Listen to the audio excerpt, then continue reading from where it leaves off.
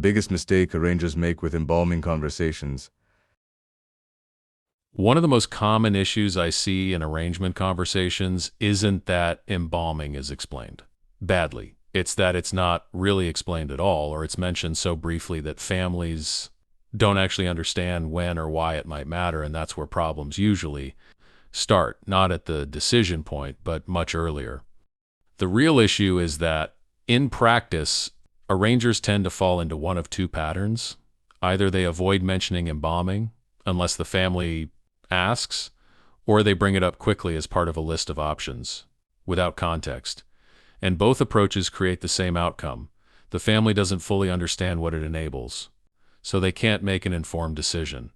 This isn't about sales technique. It's about clarity at the right moment. So why does this matter? Well, the challenge is that families rarely come in asking specifically about embalming. They're thinking about the service, the goodbye, and what they want that experience to be like.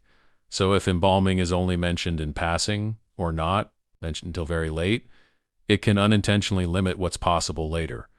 Not because anyone did anything wrong, but because the connection between embalming and outcome was never made clear. A better way to handle it is to treat embalming as part of the decision conversation, not the priceless conversation. And that starts with timing.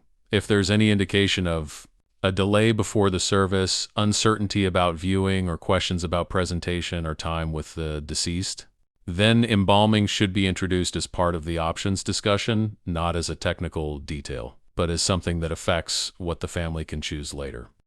A useful way to say it in a natural way is, depending on how you'd like to proceed, especially if you're considering a viewing or need more time before the service. Embalming can help us keep things flexible and ensure everything is as you'd expect. This keeps the focus on outcome and choice, not on the process itself. So the mistake isn't necessarily recommending embalming too much or too little. It's not making the purpose of it clear in the moment it's introduced, because when families understand what it enables, they're far better placed to make the right decision for themselves.